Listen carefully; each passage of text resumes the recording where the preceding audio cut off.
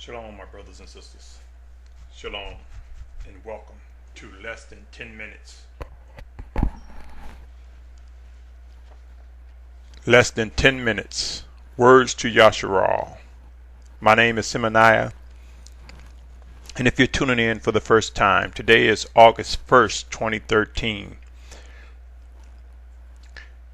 If you're tuning in for the first time, you will come to know that Yashar'al, of whom I speak, are those who seek to worship and obey Almighty Yahuwah and accept Yahusha as Mashiach, as our Messiah. These words, this message is to you, my brothers and sisters, my family.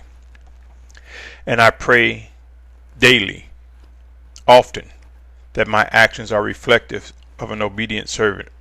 I pray that we are able to lift up Yahusha. And I think we lift up Yahusha in our obedience and worship. With that said, let us get into this segment of Less Than 10 Minutes. Words to Yashar'al. Two witnesses. Yashar'al, the big inquiry and major discovery. Again, this segment is called Two Witnesses of Revelation,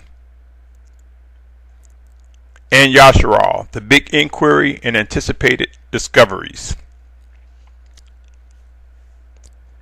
What will be their experience before we see what is described in Scripture as it relates to the two witnesses? What will Yashar'al resemble during these final days? In the United States and many other countries, we have observed that there are courts for discovering truths. Yes, there are corrupt processes in these courts. However, I want to bring to mind the processes they use, generically speaking, of course. Usually there is a judge and sometimes a jury in these court systems. Man has come to rely, or at the very least be subjugated to abiding by these processes, especially when a crime is perceived in or actually committed. Have we ever witnessed the truth as a result of these proceedings? Do we see evidence, whether direct and tangible or compelling, come to be that influences outcomes and results? Let me ask you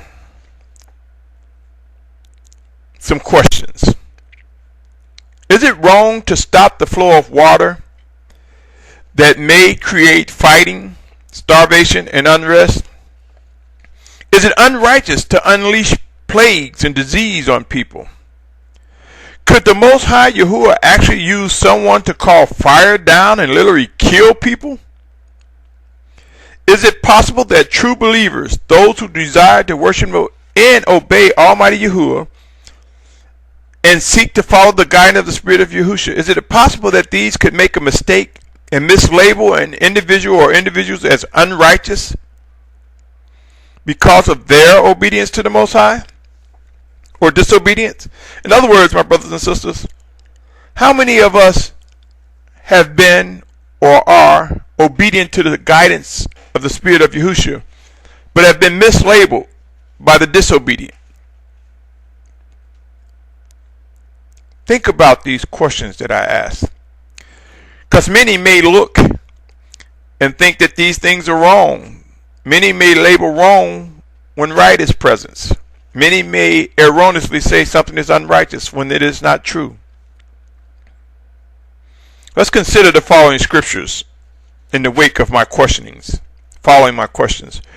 Revelation chapter 11, verse 3 through 12 reads as follows: And I shall give unto my witnesses, and they shall prophesy 1,260 days clad in sackcloth.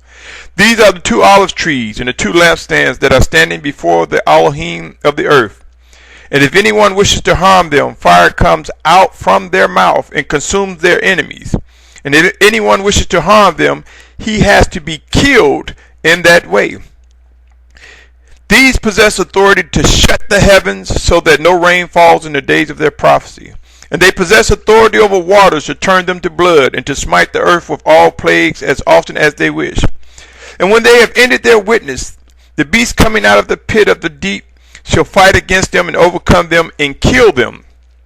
And their dead bodies lie in the street of the great city, which is spiritually called Sodom, in Mitzrayim, where also our master was impaled. And some of the peoples and tribes and tongues and nations see their dead bodies for 3.5 days and not allow their dead bodies to be placed into tombs.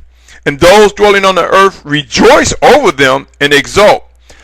And they shall send gifts to each other, because these two prophets tortured those dwelling on the earth. And after the 3.5 days, a spirit of life from Elohim entered into them, and they stood upon their feet. And great fear fell on those who saw them.